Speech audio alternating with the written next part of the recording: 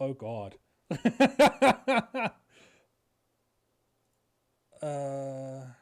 That fixed it.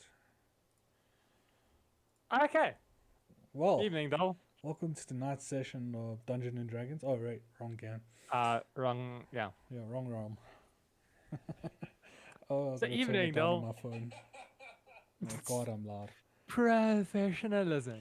We are again only we are what 5 podcasts in, and we are definitely pros at this. Anyone who needs tips Definitely, can come to us for. definitely Yeah, pros. we can tell you what to definitely not do in any scenario. Well, the way you figure out definitely what not to do is watch the last like 7 hours of content that we've put out and just do none of that. No, but that involves hearing my voice. So when it doesn't sound like me, I'm okay not to. Yeah, no, I have not watched a single one of our videos for that fact. Yeah, I know. But I know how you are.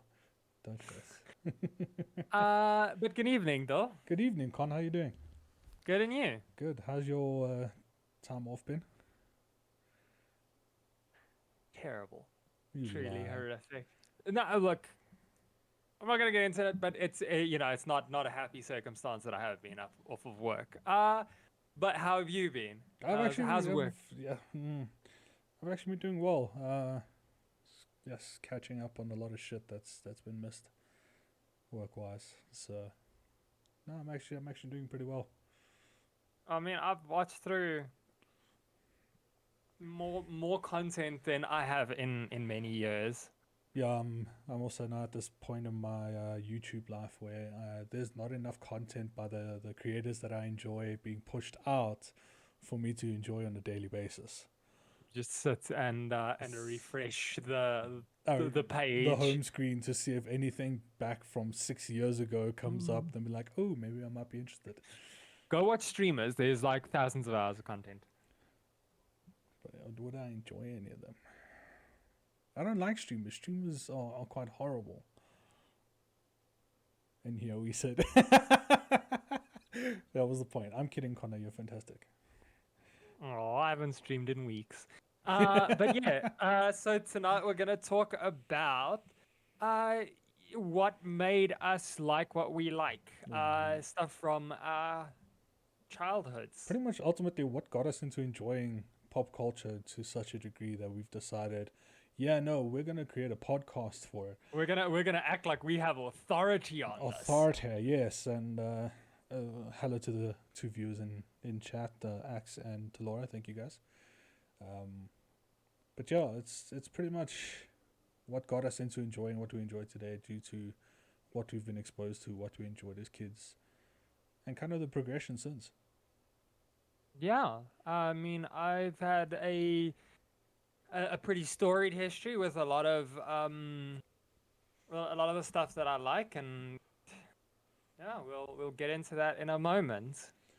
So I'll start off. Dol, do you have anything I want to specific? take us back. I want to take us back to the good old days of CRT TVs and PlayStation 1s.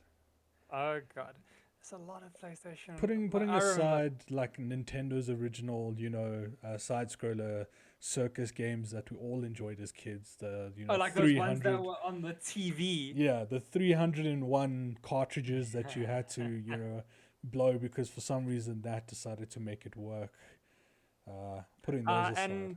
And sorry, Dol, just before you continue, if any of our viewers in chat want to throw in the comments what informed their likes as, from a child to an adult, feel free to throw it in the chat. Yeah, throw some nostalgia out there. You might hit us with a curveball that we go like, oh shit. Do you remember this? This is like insane. Like I was watching YouTubers the other day, and they were talking about baby bottle pops. Hmm?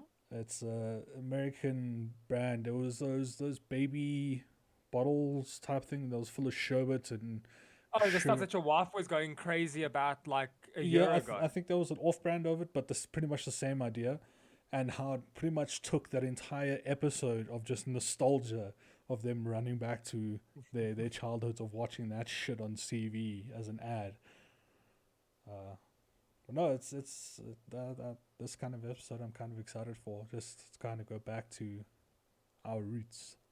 Yeah, yeah, no, I do. I had a cracked PlayStation 1 back in the day. Cracked. Yeah, You were you the know, bad guy. I did not grow up wealthy, so I had that. That's the only way. Though that informed how we are as adults. You know, for That's most true. people who had like a what did they call it back then? A chipped PlayStation 1 or 2 or Xbox, they end up. Listen, I'll be honest. I got my Wii chipped. I My tried Nintendo that, then Wii. I ended up bricking it. So I've still got my Wii sitting in a cupboard just over there, but it's basically useless plastic. It's a nice expensive paperweight that you've got It's a going on. it's a great paperweight. No, it was nice. I got a chipped with like 1,000 games in it. None of them obviously online capable. I wasn't on in the online phase at any point, so I was okay with that.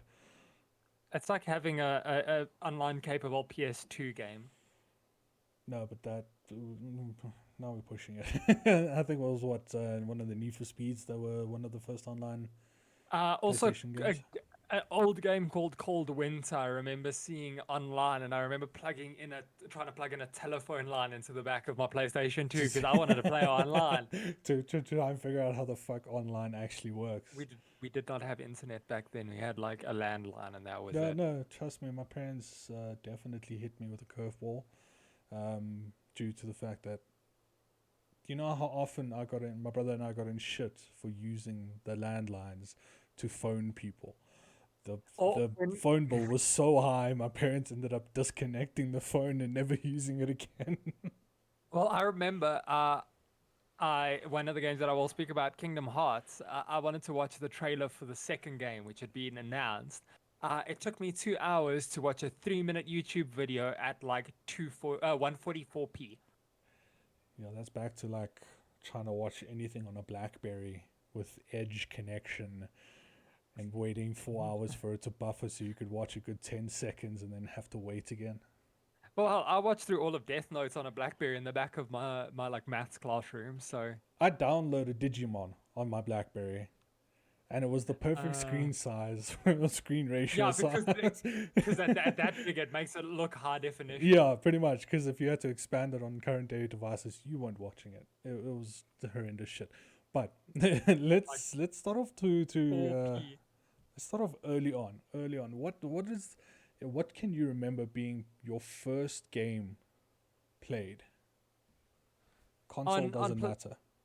The first game I ever played, I think, was PlayStation 1. Um, I remember I got one when I was like 7 years old, and I got SSX.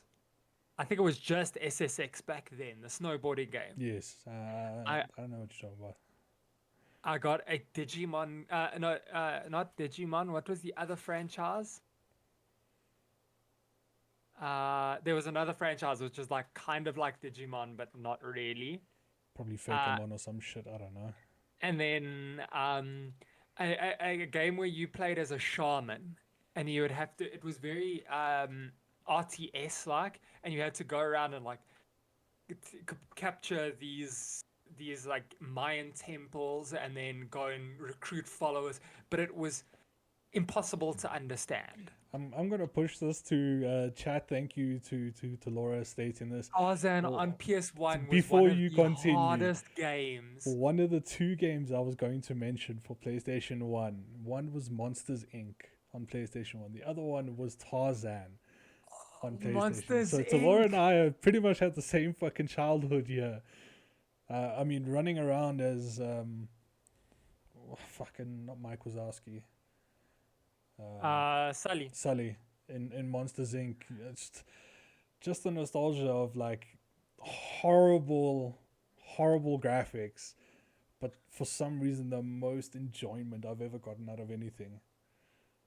A game that I think, or games that I think we forget, were on PS1, because they've now been given a remaster treatment, is Crash Bandicoot and Spyro. Oh, they've been given a haul over. I mean, my wife is absolutely obsessed with Hey, the same with mine. Crash Bandicoot franchise as well as the Spyro franchise. I mean, she bought it as soon as it came out, both Crashes But and Spyro. but Crash Bandicoot is so much harder now when you've got joysticks versus when you had a direction pad. I mean, you can still use your D-pad, but I you're come on, not we've been you're so kind of used to conditioned to it. Yeah, use you're not used to it anymore. So I mean, yeah, since and then you PlayStation get 2. these sociopaths that use like WASD and a mouse to play those games. I don't know, those weird, creepy motherfuckers. Those are the people that decide to walk slowly in front of you in the mall. Those are the sociopaths we're talking about. It's But like the same people who play Fall Guys with a mouse and keyboard. should I just widen the camera to see your wife stare at you? I'm getting a dirty look here. That makes sense. I got it triggered. Yep, there's the finger. There's the finger. I can see it. I completely forgot about it. I loved it. Yeah, no, Laura, I definitely agree with you. That was one of the best ones. Even Crash Bandicoot and Spyro coming to today, still fantastic. My wife, hello, my love. Thank you for the comment. My wife's in chat. Yes, we know you definitely love Crash Bandicoot. Look, I wonder if Crash Bandicoot isn't actually more difficult. I wonder if it maintained its difficulty. We were just too stupid to understand. Well, I think my wife can talk about this part. The Crash Bandicoot that was released on PC is probably the most difficult game she's ever played, and she's Hell, played. it's the most difficult game I've ever played, and I've played through all the Dark Souls. Yep, exactly. That's my thing. Is my wife? She's played the trilogy itself. That when it got remastered, and I swear I was on the verge of buying a new controller maybe once a week. With the amount of Yeah, anger because you that it put her grab through. the controller and you turn. Yeah, and you just break it. And I've never seen the strength in a person than someone who's got rage built up from a game. But yeah, and then it somehow got worse when she started playing it on PC. When she played the latest release, Crash Bandicoot, it got worse. It's about time. Well, Yeah, it's about time apparently has some of the hardest levels, like in recent memory, yeah. especially if you're trying to 100% that game, which God knows why you No, would no, want. she does. She definitely does.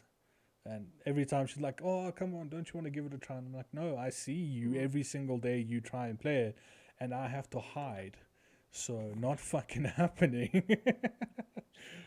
No, definitely. No, those are the 2 games. I mean, it was like my earliest memories with any friends of any sort would be sitting in my mother's room on the floor because she used to have a little like a bedside table that had a CRT. I swear it was like a 15 to 20-inch CRT TV with the PlayStation 1 plugged in, playing Tarzan. Swinging around. I still remember sliding around on the actual trees and then having to jump so you could swing yourself and continue sliding a bit later. I still remember specific parts, and it was so much fun.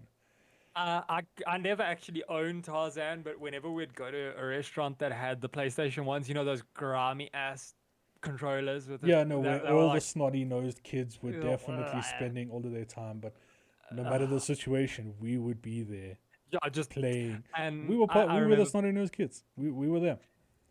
I don't know if this is just my nostalgia glasses, but Tarzan had an excellent art style for the time, where everything else was like blocky and They gave weirdly, it curves. yeah, because it was like a animated art style. So it might just be nostalgia glasses, and there's no real. Oh wait, there's a way we can tell. I mean, this alone.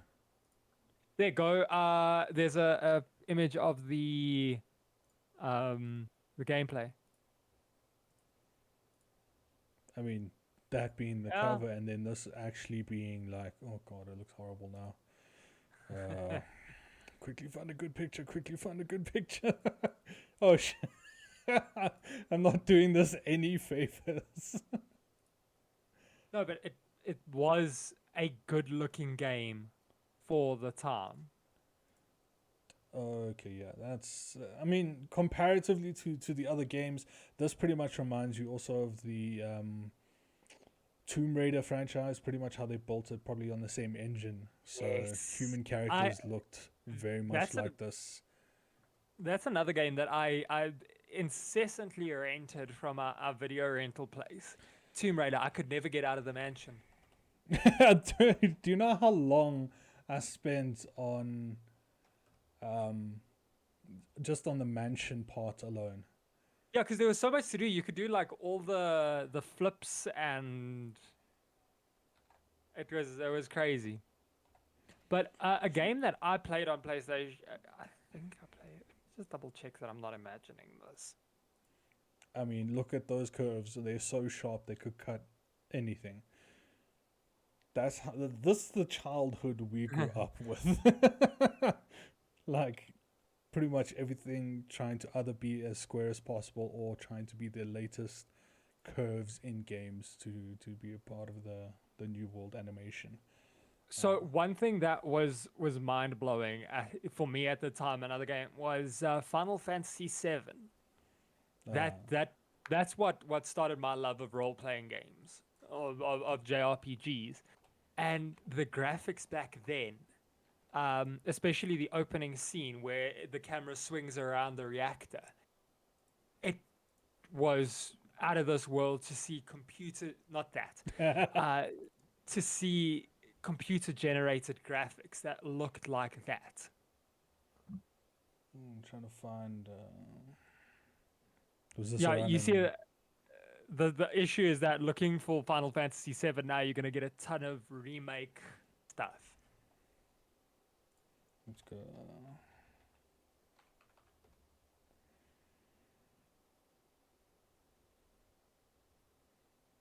I mean, it was again games of their time. Oh no, you're Yeah, not gonna see shit here. But no, definitely, much like looking at it on a CRT TV. yeah, pretty much.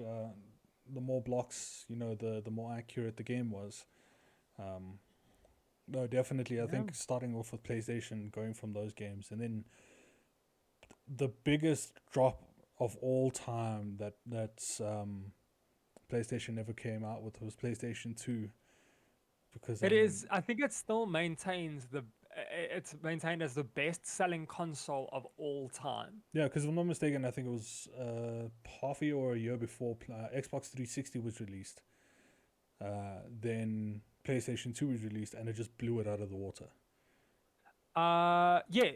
PlayStation 2 still sits at number one as the best-selling console of all time, followed by PlayStation 2, then PlayStation, See, and then at number we four, are not Wii. about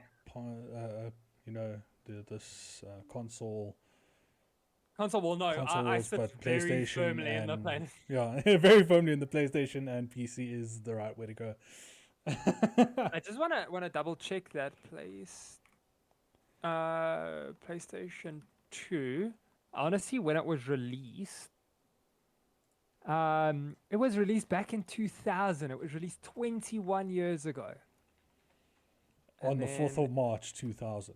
Oh, fuck. But at the same as time, far as I know, these were 360 came out. Sorry, Dil.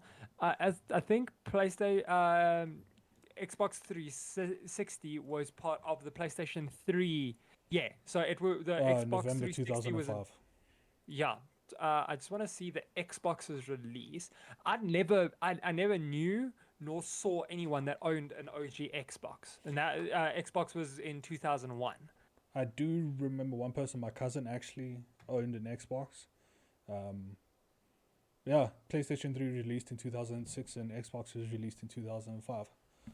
And it's still better selling. And it's still the best selling console. I mean, Well, like the biggest change from going from PlayStation to PlayStation 1 to PlayStation 2 was the size of this device.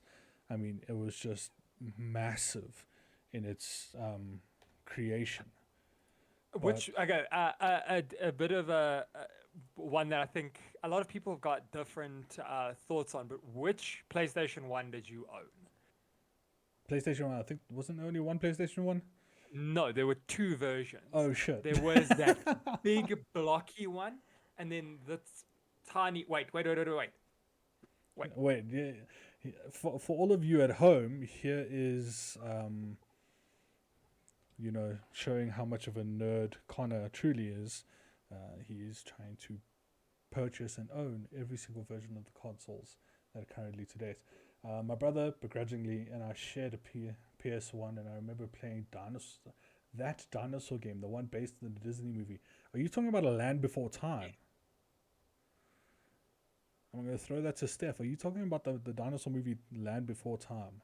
I just read a chat from Steph saying that her and her brother had to unfortunately share. I owned that one. Okay, so I had this one, but my cousins had the big blocky one. But then that massive brick turd was released. look The at this. original PlayStation 2 that was so fucking massive that you could drop it on a house, cause an earthquake, and it would still function. Best-selling console of all time. Talora in chat. I am Sorry. I am very proud to own both of these, and they both still work, and you can attest to that. I can.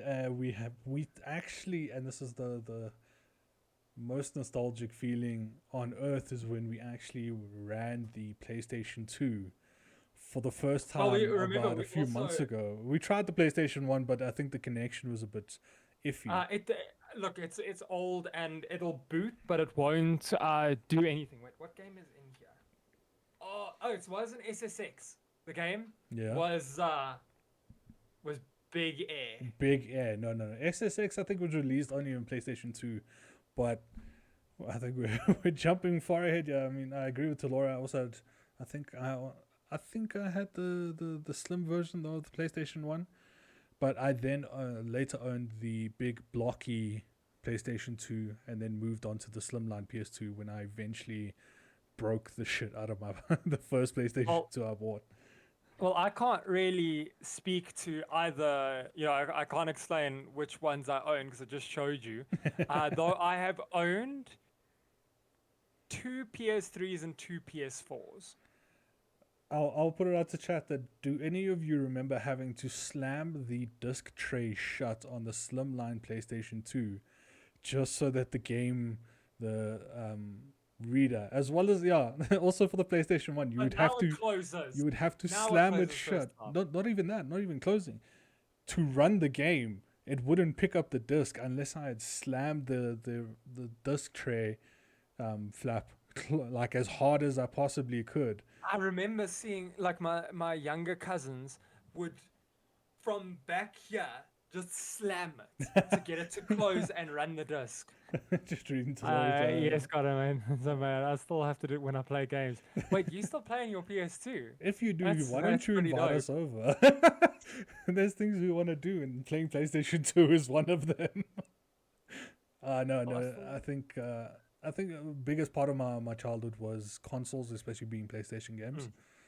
You go over to a friend's house or type of thing, and the first thing you want to do is hop on a console. God, we don't even use the PS4 that much. Yeah. Sell it.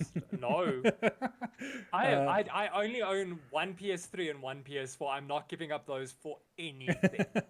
I'm maintaining the fact that I've got 3 PSPs sitting in this cupboard. Jesus. It's too much money on your hands, bro. Not really, because the first one came. No, now I'm poor. But the first one came from like Germany. The the battery expanded and cracked. That same thing happened with the second one. And then when they brought out the PSP Slim, I bought it at a convention one year, and then I sat on a wall at a convention just. Okay, I'm gonna take you further back. Bring it at me.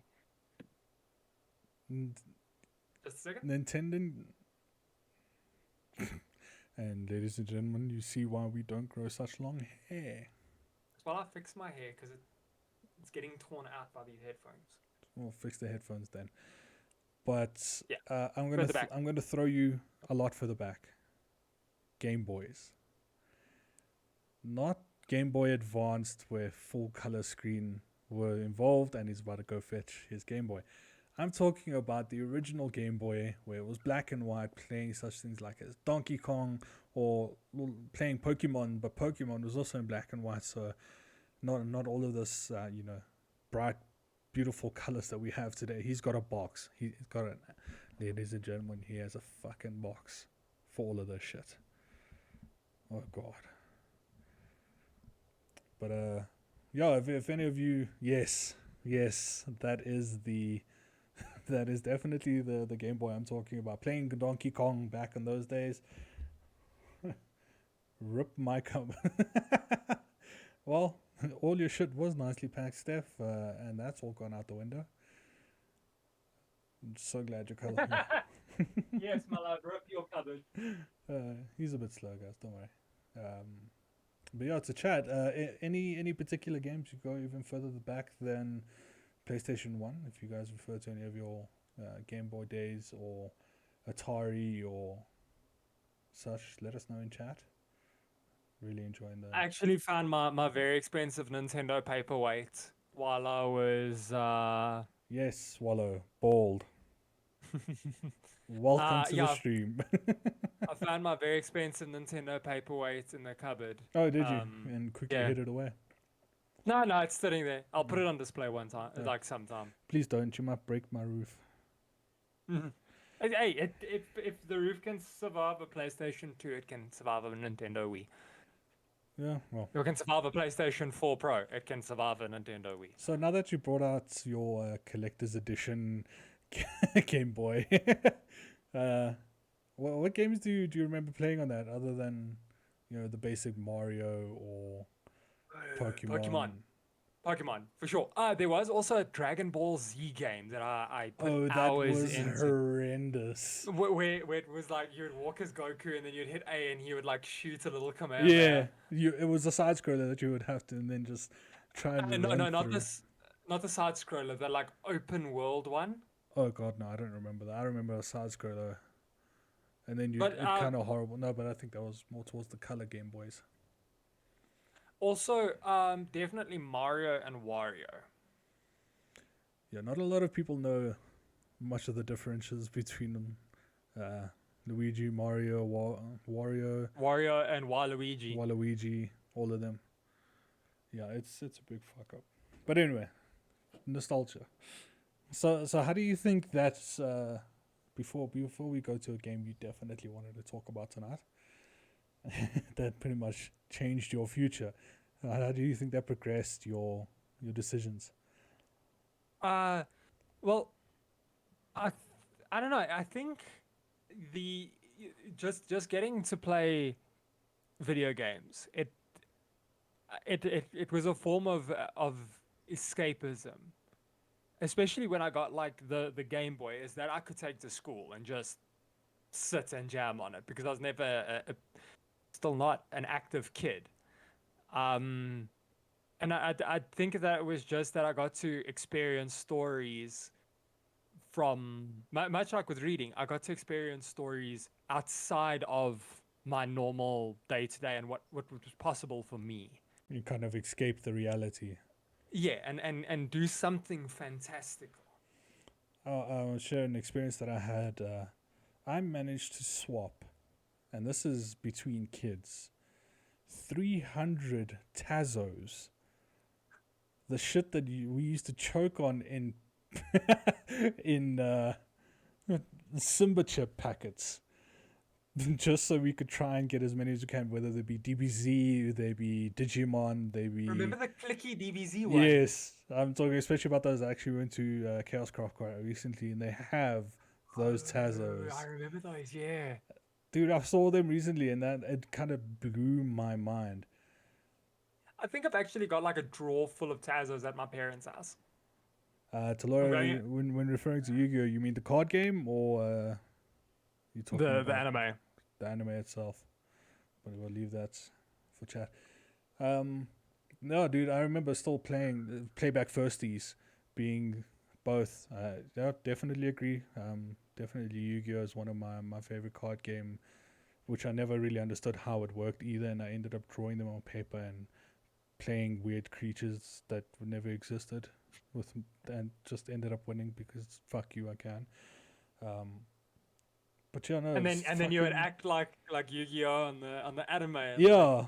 here's my blue eyes white dragon. No, it'd be like, oh, this cute little creature, and when it attacks, it just eats your monster whole. I somehow made Kirby for Yu-Gi-Oh. So, and I don't know why, but it, and there was, we cut them into like small pieces of white paper, and we had like these little normal, like your exam And if pad a- paper deck sized things. And if Oh, it your was if your card horrendous. had been mentioned on the anime, it was the best card in the Yep. game and it beat whatever Yeah. anybody else. Yeah, definitely. But yeah, I remember trading a 300 collection of 300 Tazos for a PlayStation 1. But I had already owned a PlayStation 1, so I traded that PlayStation 1 for someone else's Game Boy. So we had made it was a big fuck up. Eventually, the things were traded back or whatever. But Someone's mom got yeah, involved. no, it was the older brother. The older brother got involved, got upset, and it's like, oh, whatever. We sorted it out, Fine, fixed it. take Yeah, your take things your back. shit back, whatever. I had a Game Boy for like 2 days, and I was the happiest kid on earth. There wasn't much that I could play, but I had a Game Boy for 2 days. Whatever 300 in one cartridge. Yeah, came came I stuck want in to the see back. something. You want to see if you have one of those? Oh, 76 in one. Let me see if I can bring this up to the camera to show you. Go up, down a bit, up a bit. There. 76 in one, and it's supposedly got Pokemon Silver in it. Throwing it And to Walla Pokemon Blacklick Yellow. in chat. No one understands how Yu-Gi-Oh works, not even the guys who made it. So Yeah, Wallow's been playing Yu-Gi-Oh for how many years now? I think he's taking a break because Magic the Gathering seems to be a lot more understanding and a lot more. But a lot more expensive. Yeah, no, definitely. Skeeks, how long were you playing Yu-Gi-Oh for before you decided that it needed a break? Not just the cards, but also your bank account. Hey, my bank account needed a break. That's why I stopped doing everything, including Magic. And breathing and eating and functioning and I know Yeah, how you breathing is feel. the big one. That was my big expense. Yeah, no. Oxygen nowadays, it's really expensive. But yeah, and you, what effects did all of these pre like? I think you and I had opposite childhoods. I think if you had a brother, be honest with me, would you have tried to play games with him? I mean, you're the only Well- two stuck at home during school holidays and stuff like that, and there's Well, one you see- console between the two of you, two-player games. I did grow up with my cousins, very very close to me, and they were, because I'm an only child, they were the closest things I had to brothers. So I spent a lot of time gaming with them, and good lord, we put a lot of hours into like the old Call of Duties and that game Cold Winter, which is another one that we could play multiplayer. You know, anything that had like couch co-op, we were playing. I'm just gonna put a question to my wife in chat, babe. What was the name you? Oh, never mind. I remember. Throw it back to you. Medal of Honor. Medal of Honor, yeah, that was like the That was so old, and that was the first game. I told my wife this. It was the first game I ever had cheats for. Unlimited grenades. Not once And did then I you just shoot a spam. gun. I just spammed grenades at the enemies as you stormed the beach of Normandy and then proceeded to take over the wall and then like continue through the rest of the city trying to murder people. Well, not murder, but bad guys. My brothers that's were a what you- huge factor in the things I like just because I thought, because Yeah. I thought they were the coolest guys. Well, Calv is the coolest guy. no, he is. Uh, And if he ever comes in on chat, you're the coolest guy. That is all. but I know that one big thing for Steph was Borderlands, because Calvin Fred would play that a lot. I don't know. I think like for myself, Borderlands came much later than it did for everyone else. I mean, everyone else was already in I think it was ready by the time the prequel came out. No, you mean the pre-sequel? Yeah, well, prequel. When eventually that dropped, everyone was like, "Oh yeah, so excited!" And I'm like, "What was the first one like?" uh, I remember playing the first one and not quite understanding because the concept of looter shooters is very weird, especially to somebody who, plays games where getting items is like you grind 100 hours to get one sword and then and then it's pointless by the time you get it. yeah, and Yeah, getting guns dropped every 5 minutes was very weird to me, and I just stopped playing it. yeah, no. The reason I posed that question because you asked me how my childhood. I had a brother who lived with me, who we shared one console between the two of us. Not once did we play games together. It was not until both of us had our own consoles and we had internet connection, which, by the way, that was back in the day where 2 megabytes lines were the in thing. It was horrendous. It was the shittiest experience ever. Uh, but yeah, that's why I pretty much I enjoyed games that were single player, that were straight beginning to end, kind of story based. Not really focusing on the 100%ing, but That brings to mind something. You complain at me a lot about not playing multiplayer games, but being an only child is the reason why I am so heavily into single player games. Because the only time I play with other people was like during school holidays. the reason I say that is because because I've gone from being single player games only to the amount of fun and time that I spend with multiplayer games with friends and shit like that. I've enjoyed that a lot more than I have with single player. Like, I've enjoyed my single player games. I do always, but I enjoy the multiplayer games a lot more.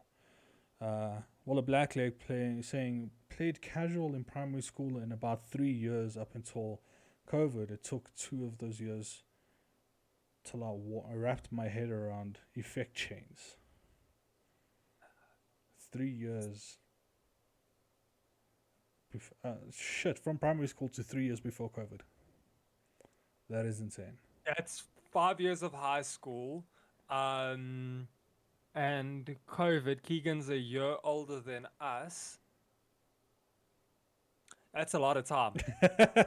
Let's Because I say mean, I played 2 years older Magic. than us. He matriculated in what, 2011, 2010. So that's about 7 years, 8 years. Look, I played Magic competitively for 5 or 6 years, and doing that breeds a disdain for Yu-Gi-Oh players into you. I have nothing against Yu-Gi-Oh players. I just think you guys are on the wrong platform, and Magic the Gathering is the best. I don't know anymore, huh? I It don't know. looks like It's that's the cheaper game now, what Yu-Gi-Oh. we say that, but again, I think you can attest that there's a lot of pricey shit going on there. Again, we're not too into the crowd of that to Yeah. know the prices, whether it be ups or downs, and let's just all admire the fact that there is a cat balancing on the backrest of Connor's chair. Magic cards are prettier, definitely. Definitely agree. Oh wait, other way. Here we go. Shit, no, her It's head fine. goes We out can. of There you frame. go. We can see her there. There we No. go. Yeah, no, Magic cards definitely have the better art. Well, Yu-Gi-Oh is a bit garish for my tastes. yeah, you guys kind of slap together. I'm gonna say it, slap together shit. Whereas Magic, it looks like they spend more time on the art than the actual use of the card. So I'm okay with this. But I'm gonna push you a bit further on now to PlayStation 2 and beginning of PlayStation 3 life. Oh. Agreed, but Yu-Gi-Oh was the waifus.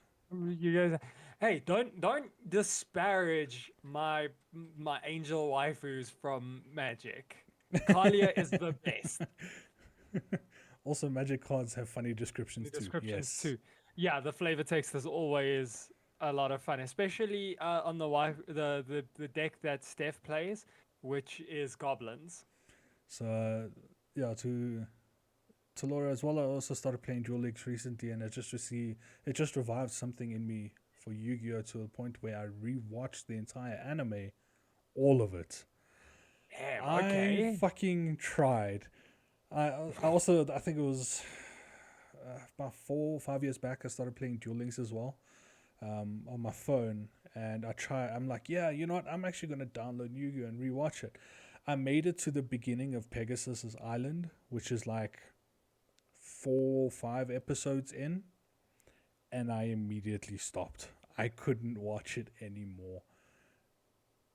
Never underestimate the velocity of a goblin, yes.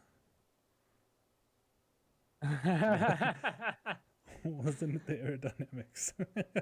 Don't worry, Con. Yu-Gi-Oh players disdain other Yu-Gi-Oh players more. That is definitely true. I've never God. seen Well, I've never seen a quieter transaction of a sale of a card than I have when it comes to Yu-Gi-Oh. I mean, you get the Magic, or you get the Magic the Gathering players who talk more about what's shit to do, but Yu-Gi-Oh is just like, here's the card, give me the money, fuck off type of thing. Like, they don't even want to deal with their own shit. Yu-Gi-Oh players, you guys need to see therapists. You yeah, have and some Magic things to talk players about. need to go see bank like money management people. Yeah, and also, like, meet a woman. Get out there. Meet someone, please.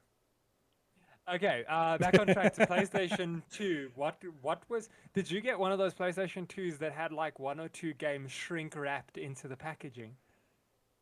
I will be honest, I think I did. One of them was Rayman, and the other Oh, I one loved Rayman. was another game that I can't for the life of me remember it, but just some, I don't know if you're an archaeologist or some sort, but you're trying to get through this jungle and there's a giant tiger trying to kill you. So it was a fucking weird game. In the Oh, beginning, Pitfall. was it fucking Pitfall? There's no way. Let's go have a look, because if it's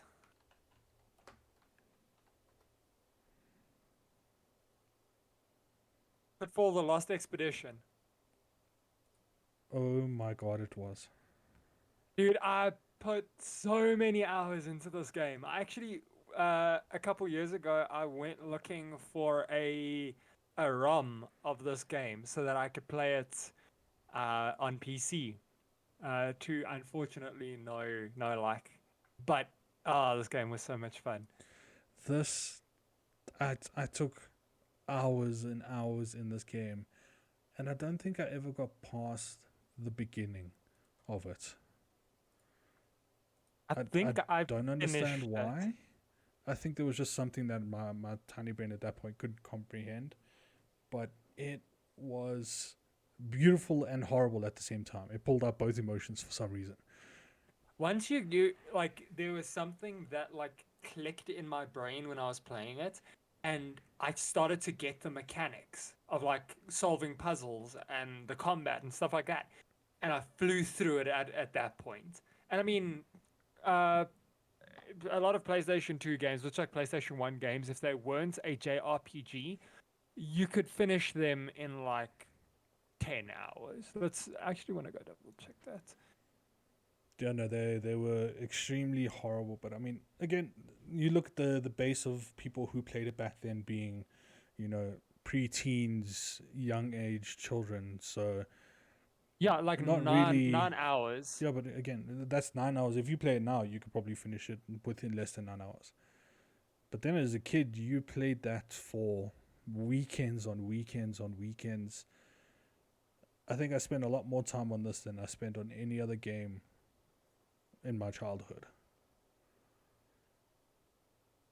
Oh no, I'm currently looking at the game that I put the most hours into. Well, I'm gonna put my other option up for PlayStation 2. Uh, let me see.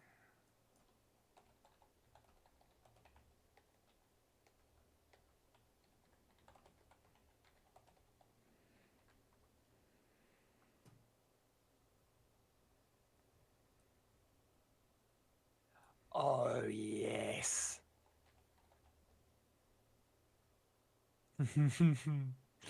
Oh, This, the new Most Wanted is so trash. yeah, no, definitely. I was a massive fan of Need for Speed when they released these games. they were extreme, well, especially being Most Wanted. It was an extremely like this is the game that I've finally started like listening to the storyline and actually playing a part of like as the character of the game. The And then best thing about they yeah. brought out the bullshit of Carbon Pursuit and the other one that they ended up. It's not Need for Speed if it's on a track. That's my opinion. My opinion, no matter what happens, Oh it's not Need for Speed yes. if it's on a track. And they brought out a Forza 1 style fucking Need for Speed. And it Yeah, was if you're gonna, horseshit. it really was. And if you want to play that game, just play Forza because Forza It was was and better. still is Yes, it better. is still better than that. And if you want a good racing game for the Or the track, yeah for track, it's go Forza. Forza. But if you want a kind of this is kind of the undercover cop type game, it would be Most Wanted. So Talora says I played Most Wanted a few weeks ago. I still suck. So Talora, so because Talora and I went to high school together, in comp lit class, I had actually um, gotten a cracked version of Most Wanted to work On the on the VZ. computers. Yeah, so we would sit at the back of the class and just play Most Wanted. Thinking about this, look how With far uh, technology has pushed us, right? best. Is it not possible to be able to put a game like Need for Speed Most Wanted on a cell phone? Bring it out Most as likely. a cell phone game. I mean, graphics already are 10 times better than they were back then. So, and cell phone devices are a lot stronger than what PlayStations were back then as well. So, potential Uh, of being able to bring Most Wanted back, revamp it into a cell phone style game, I would play that. I I'm would. just actually double checking something quickly. Also, Oh, Talora, how the that fuck do you is still play these games? that is trash. They've got the new Most Wanted on mobile. Oh, that's horseshit. No. I played the new Most Wanted a couple weeks ago as well, and the fact that all the best cars you have to go and spend 800-900 rand on expansions to afford is utter trash. I just saw this now. The bid or buy sale of a Need for Speed Most Wanted PlayStation 2 game currently goes for 1,159 It's a Rand. like a PC. Just I would like you see. I've got a PlayStation 2. I do not have a working controller. All of them, the joysticks are either melted because the problem with the old PS2, the top of the Joy Cons, they would start to degrade and become sticky, or um the sticks themselves on the inside have snapped. So, So there's no control whatsoever on them. I And I'd mean, love to play through Most Wanted again. yeah, I'm gonna just put this out to our wives. If you guys would happily let Connor and I go play PlayStation 2 games at Alora's house, we we'd say please and thank you. And can we go play outside? Will you get your controller? Have like four. I will definitely take you up on that offer to Laura. And then I I wanna. never move out of Connor's house again. Because I'm also going to be Uh, playing PlayStation 2. yeah, you will get kicked very hard. You can certainly try. You don't understand my nostalgia, so I want to play PlayStation 2 games all over again, dude. But we then got to push into what started being a bit more. You still haven't spoken really about your PlayStation 2, I guess. Okay, so just to go back on the Need for Speed, Most Wanted was not the game that got me in love with those racing games. My the one that got me in it was Underground 2. Underground 2 also Yeah, okay. Underground heavily 2 definitely. I think that was a start, but I'd play that, I think, a month or two before Most Wanted had released. So I then obviously had moved immediately onto Most Wanted and didn't play Underground that much. Um, but yes, no, not Sony, but yes, definitely GTA, San Andreas, playing any of the GTA style games. Laura, look, it's an iToy. Oh my fuck. I've got random uh like vintage gaming shit all around me. Wait. Which Xbox did they have? The OG or the 360? I remember, I think one of my neighbors had an I'm iToy. asking that question to the person who's sitting behind me. Yeah, but she's got to be in chat. Um, but no, I agree. I think I had a neighbor who had an iToy as well. The original. Shit. I need to have a conversation with Calvin because I will buy his Xbox. Back when Just to have the power another button thing, was this massive the fucking massive green yeah thing in the yeah center. yeah. Oh, back in the day when wired controllers were the only thing that ever existed.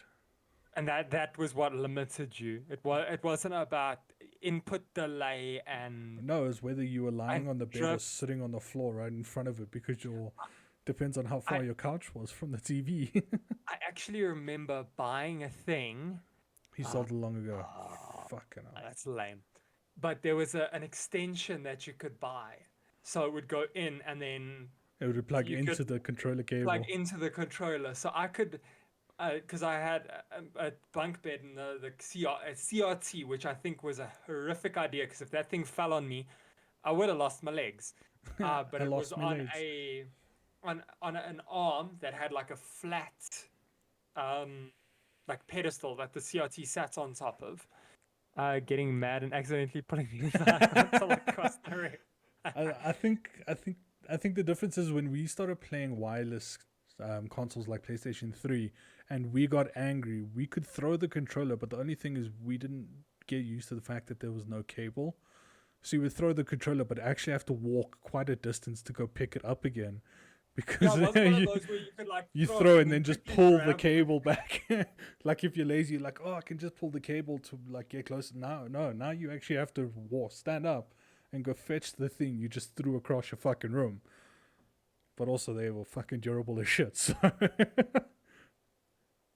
They were durable to a point, as evidenced by the fact that I've got 4 broken PS2 controllers and I think 2 broken PS3 controllers.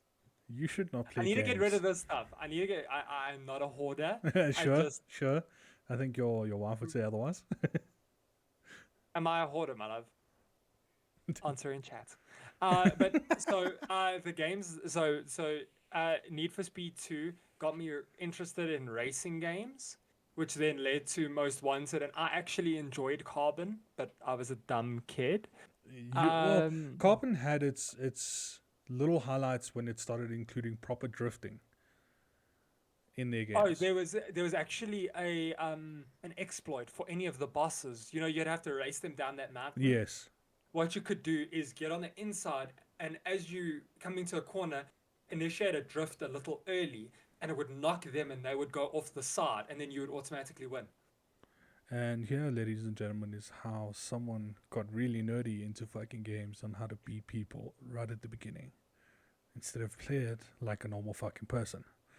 Yeah, all you needed to do was have a car that matched acceleration to the first curve, and you were good. You could use Do all one the side car. missions first.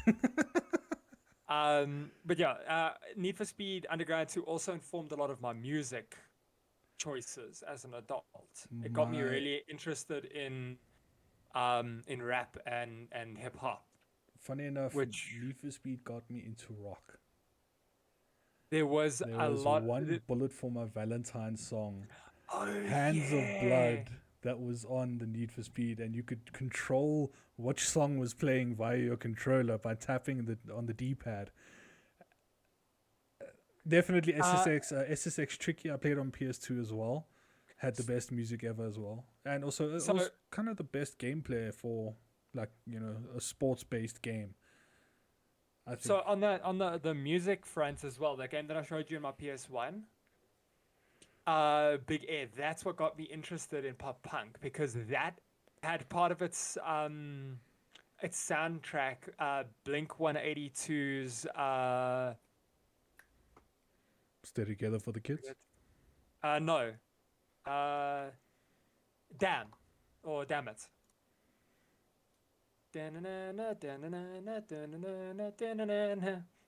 That one. Sure, And that I would one. go Yes. and I would like find Being able to control the music, I think, was a highlight in a game where people actually started caring what music was being put into games, so that you could specifically choose the one you wanted to hear. And I swear, we must have pissed our parents off by playing the same songs over and over again.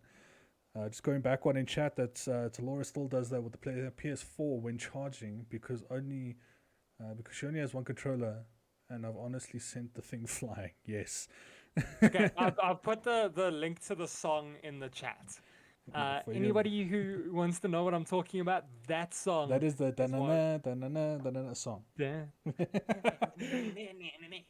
But also going like SSX Tricky, I think SSX Tricky World Tour, something like that.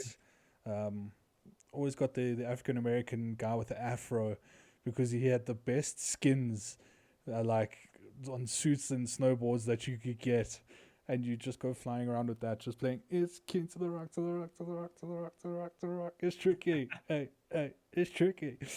That was me. That was a lot of my childhood, was SSX. But aside from that, the two games that came shrink wrapped to my PS2 were Jak and Daxter and Ratchet and Clank. Now that the name has been mentioned, Connor, you may speak. I will go because I know you're gonna have a long rant about this and how perfect Ratchet it and was. Clank. Not even I'm not saying that they're perfect games, but they were perfect. they were for me. They were perfect for me. Even Jak and Daxter. I think I spent a lot of time playing Jak and Daxter, and even then, it's just like the character interactions and stuff like that was so immersive and so fun and so enjoyable. The same thing with Ratchet and Clank. I think And when the sequels came out and they brought new mechanics to a game that you already knew how to play, it really opened up the spectrum of what games were possible of. Like, for instance, in Ratchet and Clank, the first one, look, the story went very over my head when I was young. But now, as being a bit more grown up, I'm not going to say I'm an adult, but being a bit more grown up now, I can appreciate the nuances and the underlying story that they were telling. And then when the second one came out, and suddenly you had, Ratchet and Clank was always about these big weapons. And in the second one, you could then make your weapons even bigger by using them more. So you would level up your weapons, and then they would just become more powerful. And I think that also through the main starting axe that you started with, the ratchet itself. The wrench that you started the with. Omni wrench, I think it was the 2000 in Locked and Loaded. Yeah, and the more you use it, the stronger that thing gets, and the more weird shit it can do, and the more powerful. The game that the one achievement that I've never been able to get in Ratchet and Clank, and I tried to 100% those games, was Wrench Ninja. And that is finish the game using only the wrench. I don't think I would never be able impossible. to do that shit. I remember one part of Ratchet and Clank was actually when you played as Clank getting into this mecha suit on a Oh no, that's when they make Clank big. yeah, They and make then you him run fly. through this like world of just cities, and you got to beat this other massive Dead. creature. That was the Thugs for Us mission in Ratchet and Clank 2, and one of my favorite bits about that is, so Clank sits on Ratchet's back throughout all the games. Yes. Except for like the beginning of the second one. But in that level, you just see Ratchet sort of like clinging onto For dear Clank's life. back. No, And it was fantastic. I think that a lot of our childhood a lot of my childhood started with Ratchet and Clank, Jak and Daxter, even when they went to like being able to play as the side characters, like having the possibilities to play as Clank or as Daxter. It was strange, but it was fun. Like those, because it sort of threw you for a loop because the gameplay was that much. yeah, because like in the first games, different. you were used to just playing as the main character with these side characters always by your side. And then in a sequel or so on that eventually comes out, you play as the side character and do important shit, and that just kind of made it even more awesome. Like they managed to take the game to a next level without you thinking about it. Yeah, and again with story is a very important thing to me when it comes to video games, and like Jack and Daxter 2, when you get thrown forward in time, and suddenly Jack is like a bolt and mean, and he Yeah, can turn into this monster. It really changed the way I thought about these games. They weren't just something that was like fun and you could shoot things. It made me aware that there was a bigger story being told about these characters and about these worlds. yeah. I mean, Um, part of that is like these were pretty much games where the story base became how the game was played. How you focus on what you're doing, you're yeah, immersed in the actual story itself, and not as and like these PlayStation One games where you're just the character. You got to get yeah, from beginning to end. it, and that was the I think one of the biggest changes between PS1 and PS2. Aside from the JRPGs and stuff like that, is that in a lot of PS2 games, especially the big franchises, stuff brought out by Insomniac or Naughty Dog, um, also like Sly Cooper, it's a similar thing there, Sly where Raccoon, they dude. really brought the story to the forefront and made a point of we are telling a story about these characters and you should focus on what's going on. Yeah, it sort of And became how people started focusing on lore about yes, things. and granted, there were games like again Final Fantasy and Chrono Trigger, all these other, but those were more specifically towards the JRPGs and your Dragon Dragon Quest, where the story was important there, but you didn't have cutscenes to tell you the story. You had to do a lot of reading. Yeah, it was sort of freeze frame, character involved, read all the text, And then and just text on the bottom yeah, of your screen. yeah. Going back to Pokemon, throwing that to you as well, reading all that text just so you can understand. Okay, I put animal in ball. I use animal to fight. Become bigger animal. Not Pretty the much, yeah. yeah, and the And way um it's expanded nowadays is just it's too much. and I mean Ratchet and Clank was the reason why because I played a lot. I think I when I last checked, and again this is I'm scared I sound like a hoarder, but I had like over 80 PS2 games and I finished No, to be honest, that probably about sounded. 90% of them. To be honest, that actually sounds accurate. I mean, for those games back then, if you're taking online out of the question for a lot of what's happening nowadays, Mm. we would collect so many single player games because Yeah. there's so many games we want to play out there that are available. I mean, back then there were no online games, so every game you ever wanted to play, you would have to buy. Yeah. You could Yeah, and never there just was no download it or like anything like that. free games Yeah. like Fortnite or Apex or Yeah. stuff like I that. still remember going Um, to flea markets and trading in my old PlayStation games so that I could get enough like currency or like store credits to buy another game I really wanted to yeah. play. Um, there was a shop in um out here in the north somewhere that used to have there were guys there that were game reviewers, and what they would do, they would get like two or three copies of a game, and after the review would come out, you could go and you could buy those. I mean, it was illegal, but you could go and you could buy those advanced copy games. I got so many advanced copy games from them just Where you had to buy because them in a binder no, they came in those little, it's like a black case with a um or even just those old CD disc holders yeah. like where you Uh used to buy your music and they would have the album songs and stuff like that on the front pamphlet. yes. Something just occurred to me as well. What? Demo discs, Oh where it would give you the my. first mission of a game. I remember um another game that has impacted me deeply, Kingdom Hearts, Time Splitters, Ratchet and Clank, Jack and Daxter, all the like the bangers of the PS2 era would come on those little discs, and it would give you like um trailers and Okay, I've got to uh, then demos. throw this to you and to chat. Yeah.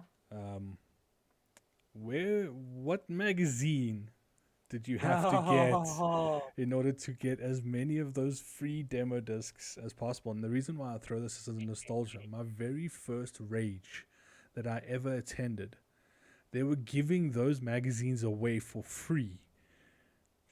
But so I went to the stand that had hundreds upon hundreds of the copies, and I took one of every single copy that had like that I could go through and read through and stuff like that. Do you remember the name of the Uh, magazine? yes. I collected it for years. That was Nag magazine. Those in chat, for anyone who missed it, Nag Mag was the I love Nag. the thing And I, for gamers to have was Nag Mag.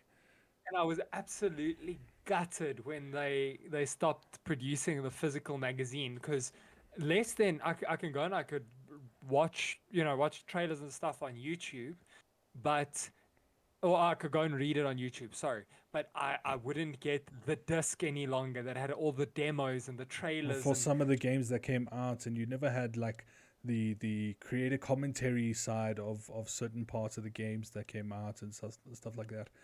Even some of the music that was going to be in some of the games, they would include in these random discs for no yeah. apparent reason. And I remember I would like be clicking through everything and then it would give me like a bunch of audio files and I'd be like, what shit is this? And that was Why do when, I want this? yeah, that was by the time if you wanted to just listen to music, you just put that in and you listen to all the songs that are on there. Now Usually it was that, pretty trash. now that is heavy nostalgia. Being a Nag magazine, I think I've pissed my parents off more times than I can count. Going to Pick and Pay, seeing a Nag magazine, and Yeah. just grabbing it and putting And, it in the cart and like saying nothing. so I distinctly remember doing this when we would go down to the local Pick and Pay, or to for anybody who's not South African, Pick and Pay is a grocery store, and the Franchise. magazines were behind the tills. So when you left the tills, there were the magazines, and you would walk to the exits. When my mom was busy paying for groceries, I would like dart over, I would scan down, and I wouldn't even look for Nag. I would just look For the disc. for either the disc or like a cool cover. And then if I saw something, like if it was a magazine one that I hadn't seen, I'd grab it, I'd read the month, and then dart back to my mom and just be like, "Thank you." Yeah, no, we apologize to every parent's pockets and bank account because I swear, I'm I still think, apologizing to my mom. no, so am I, because I think if you look at it, we had the most expenses for the dumbest shit. For Tazos, for magazines, for uh, the I stupid still have shit the that most you. expensive, stupid shit hobbies. No, but that's fine. That is at least useful, and when you're done with that, you can bring it downstairs. But like the No, amount of times we bought Simba chips just so we could get the Tazos, and we would open I them remember. and eat them in the shop while walking around just so we could see which Tazo we got, and then if it was a duplicate, get upset and ask if we could get another. I have another memory. Same Pick and Pay. I had gotten a packet of Simba chips. My mom had just paid for it. I tore it open and I pulled out the Tazo and it was ash and I freaked out like full on like yes.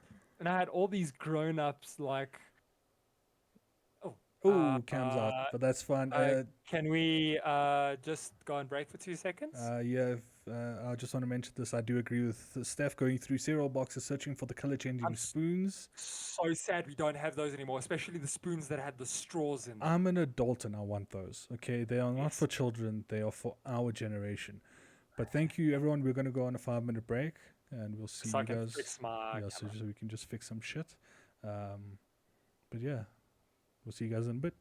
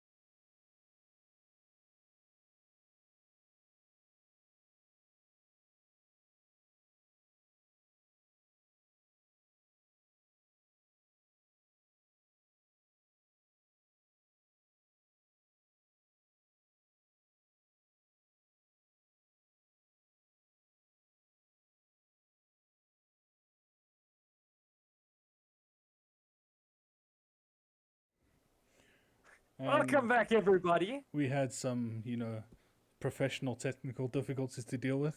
No battery, no charged batteries and whatnot. I got myself a little Actually, drink. still on. Yeah. Um, Keegs, I'd actually buy, I'd actually buy Mad. So let's see. So Keegan said he would look for FHM, Mad Magazines, and Zoo. Wouldn't buy them. Just look. I made a comment about this as we went to break. The other one, for some reason, I don't know. I'm not a car man. I'm not a bike man. But I wanted Speed and Sound magazines. Oh yes, for the articles. Yes, for the articles with these, normal car models that were involved. But the massive problem with these, and I don't know if Keegan also came across them sometimes, being the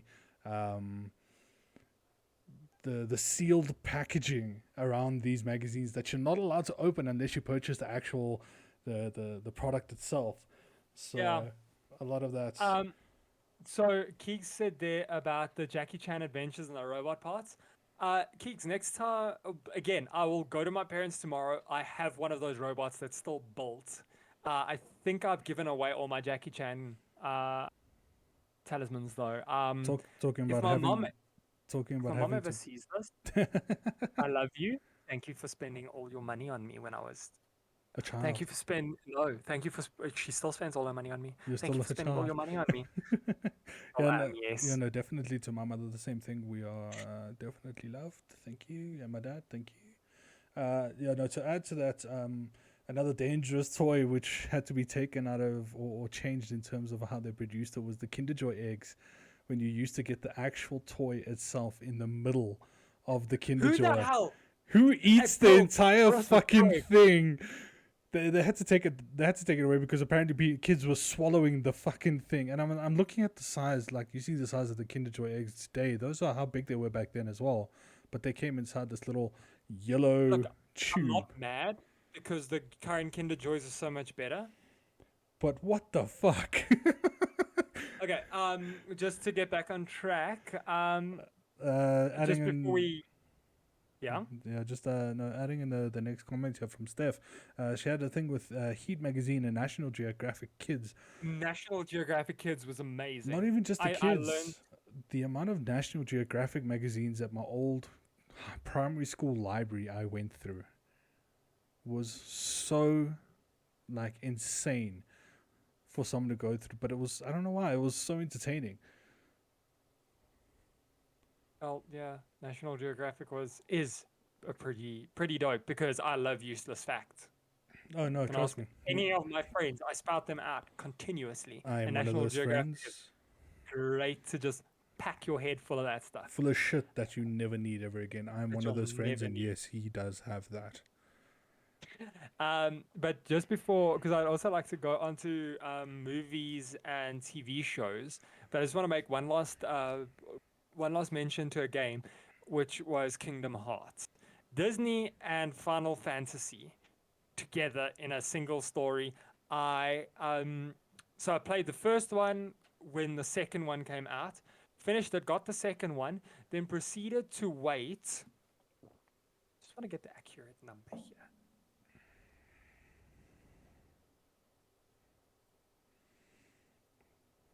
We definitely prepared all of this content before you guys started streaming. We did. So Kingdom Hearts 2 came out in 2007. I then proceeded to wait 10,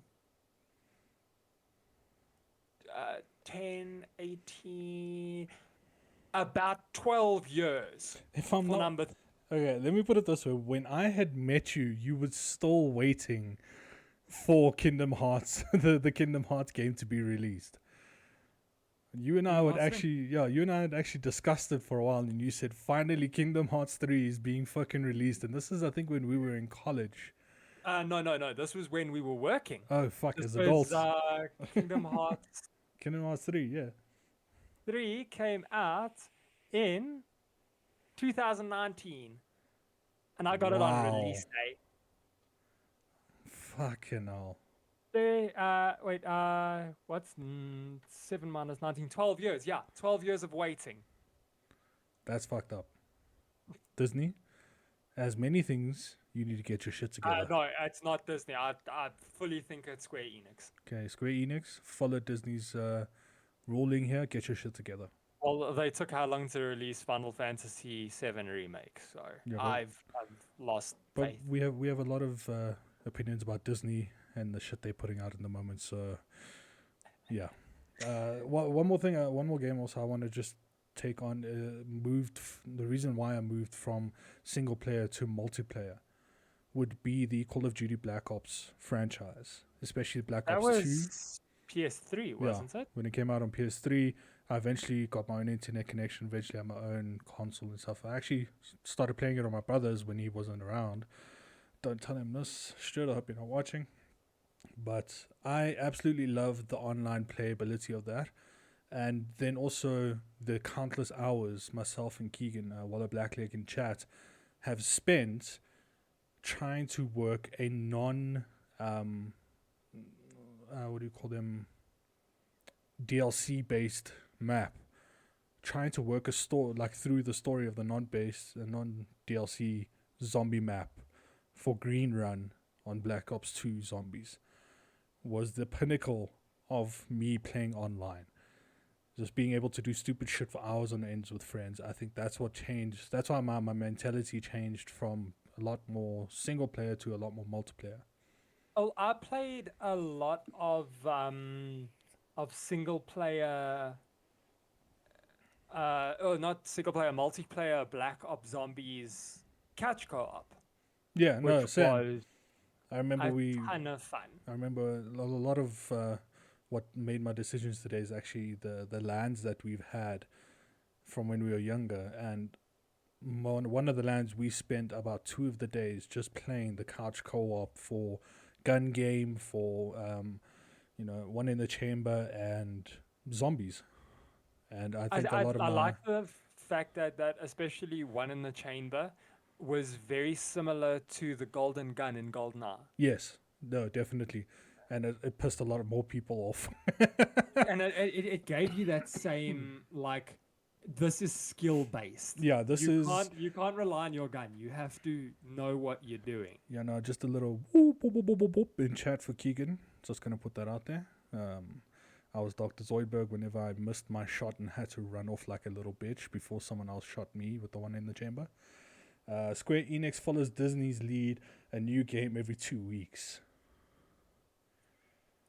Yeah, but it's not games that anybody's asking for. No, Because it's every not. single game that people are like, we need the next one. Please, Square Enix. They're like, Yeah, Valve, when another 2 years. Let's turn to Valve for when Half-Life 3 gets released. Thank you. Oh, we're never getting Half-Life. Yeah, no, but it's the same idea. You're gonna fucking wait if it ever comes out. But yeah, actually, moving on from that is moving on to movies and series, and I think I have a big one from my childhood. Pirating your bro's Wi-Fi Wi-Fi was revenge. was revenge for Forever Player 2.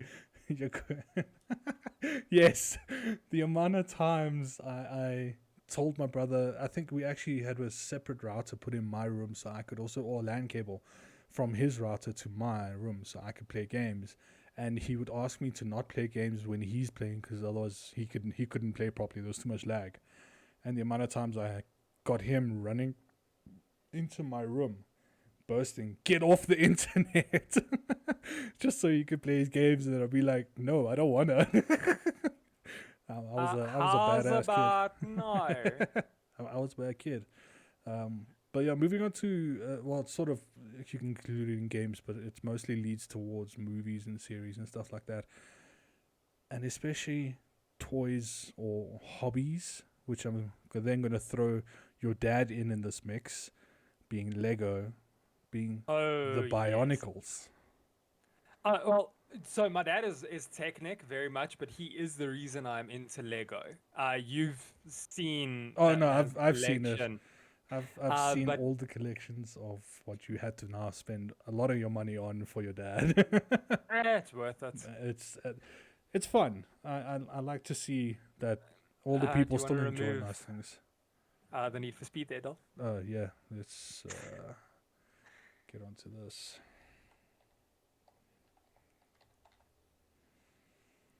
Bionicles. This was my childhood in terms of Yep. movies and watching Lego come to life. Oh my god, can I not find a good photo? I'm just sad that the Bionicles went to shit so hard. I'd still enjoy it if they came out with this original Bionicle setup. I would still enjoy it no matter what. And again, I've But l- enjoyed the childhood part that I've seen. I mean, like right here oh god, don't do that. This particular reason of what I had watched this so many times, and I think Mask of Light. the Mask of Light. I mean, Bionicle just puts on a new mask, and now he becomes this Mask of Light Bionicle. It's a ridiculous fucking story. I've It is. never actually seen the movie, but Oh I god, used to religiously collect Bionicles. it is horrendous. Thinking back on it now, it is the dumbest shit I've ever seen. But that was my childhood. That was a lot of what I did. Like I remember my mother and father went away for like a high school reunion or some shit, and my brother and I were left at home, and we had gone and rented Bionicles, the movie Mask of Light, from the Mister Video up the road from my house. Got our Scooters pizza because it was a Friday night. We got takeouts and movies, and we came back home, and parents went out. We had our dinner and we watched the movie, and that was it. That was like a lot of my childhood was pretty much based around getting Scooters pizza, going to Mister Video and getting a game or a movie, and then taking it back early on the following Sunday morning. And just watching, yeah, I also missed the video was a big part of my childhood. Except I would go and rent movies that I really should not have been watching. Yeah, no, I think there was one to this day has stayed as the only movie I ever actually had nightmares about and it's a horror. It's a fucking stupid movie. War of the Worlds, featuring Oh, that Tom end scene Cruise, where where where you see the alien hand fall out of just the all of spaceship. it, the entire movie. I don't know why, but I was a kid with weird sleeping patterns. Like I actually ended up being booked into hospital so that they could see what the hell was happening in my brain when I slept, and that was the best sleep I ever had. Was funny enough in the hospital, so none of the shit ever came out. But I'd run up and down the hallways screaming. I don't remember any of this shit. My mother, my father, my brother have to tell me this.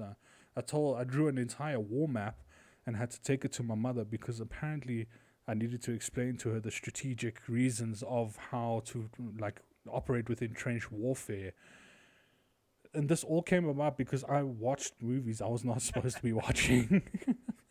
Yeah, mine were a little different because I watched stuff like Scream and Scary Movie And and Jarhead and like stuff you kids should not be watching. I would just go and I'd grab it because my mom would be like, "Oh, yeah, it's 20 bucks, go," and then I'd go sit in my room and I'd watch these. And you'd expect I'd be better with horror movies as an adult, but my parents basically raised me on trashy. nah, I remember it was my brother, my mother and my father each got one movie each.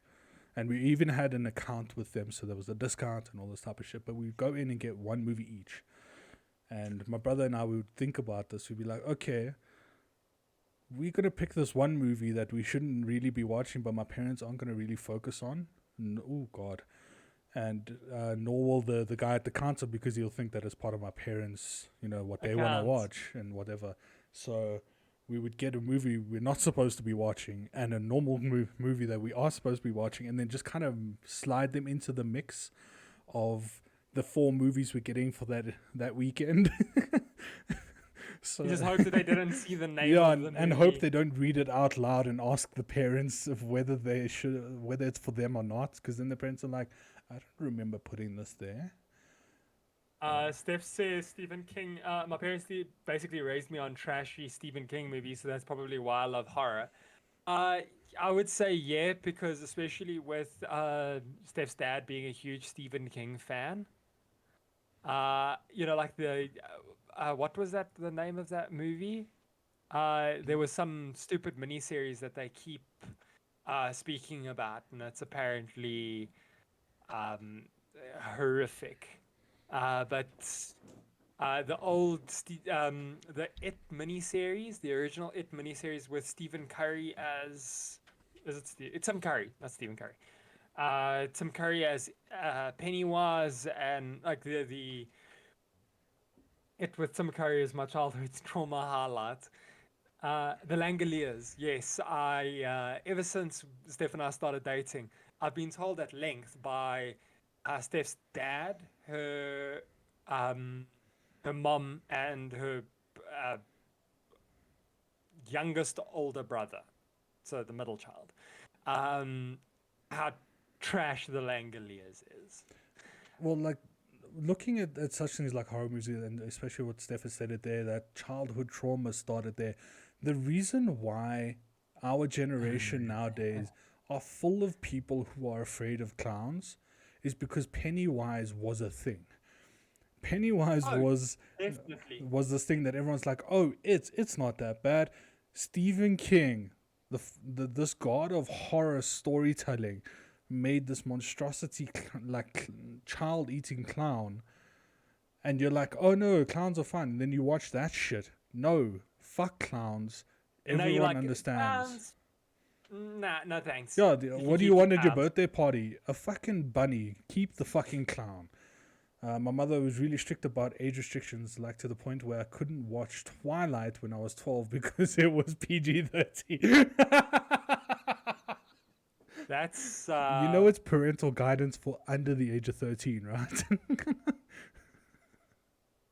That's kind of funny. I'm so sorry, Laura. That sucks. No, I kind of get that. My parents. That's why we had to try and sneak those videos in and back in Mr. Videos so that the parents wouldn't like see the age restrictions. Like, oh, it's aged 14 and up, and you're like, this doesn't say E for everyone, does it? For me, it was It was the Idle Idle Hands in Hands American American. Pie. Yes, Idle Hands definitely good horror. I watched them both with my parents. With my parents. I What? cannot imagine watching American Pie. American Pie with my parent. Well, All you granted, hear my parents is are a little older, but good lord, that would suck. But how could you choose between Edward and Jacob as a pre-tween? Pretty much what your natural instinct of what you think hormones would be would then start to react. I mean, women always like the bad guy, so they started going for Edward. And then they kind of grow older and they're like, oh no, but Jacob's a lot nicer.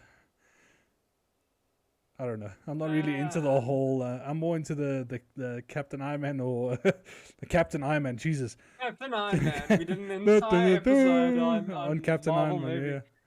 Captain Iron Man. On Iron Man or Captain. Fuck, no, Captain America. I almost say Captain Marvel. All right, guys. I think Captain that's Iron Man. Captain Iron Man, Captain Marvel. But have you got any TV shows that were like your jam? Not really. I mean, my family, when it came to TV shows, we watched pretty much Survivor. Was Carte Blanche. No, we're not. Sunday nights was more of just chill and watch movies, not really news related stuff. My parents trying to keep us away from the news I don't know, for some reason or some shit. But no, My husband had to go for the lanky pale ones.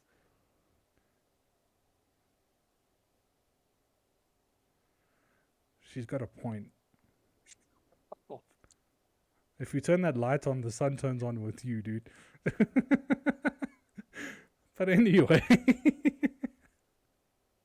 that's a lovely marriage, guys. Don't worry about. And no, I love it there's to that bits. one You room just in the back of the apparently video hate store me. that wouldn't let me go With the near. red curtain. Yeah, Keegan, that's called the adult entertainment There's section. always that one room in the. That was the R-rated films.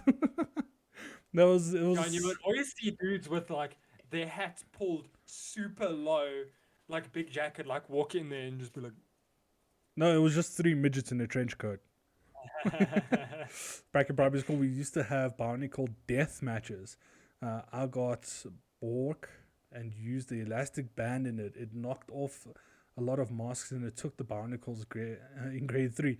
That's actually correct because that's how you defeated Bionicles, was taking their masks off. Oh yeah, there That's was a how their shit started. yes, Borok. Oh yes, those were the Bionicles where you would press the thing at the back and the head would shoot forward. Yes. Ah, So weird childhood. But like for series, it was pretty much like Survivor. I mean, we enjoyed the watching other people compete for, and just seeing like, oh, this is my favorite, and like one episode later, oh, he's actually quite a dick. I don't like him anymore, type of thing. My wife and I still do this. I So know, I've been there. yeah, no, it was a lot of fun, and that's why Uh, I've carried that 100% through to today. for me, one of the shows, because it was like a lot of like Cow and Chicken and Rocco's Modern Life and Cat Dog, but the first thing that like really sticks out in my brain, is Avatar: The Last Airbender, which still stands up today.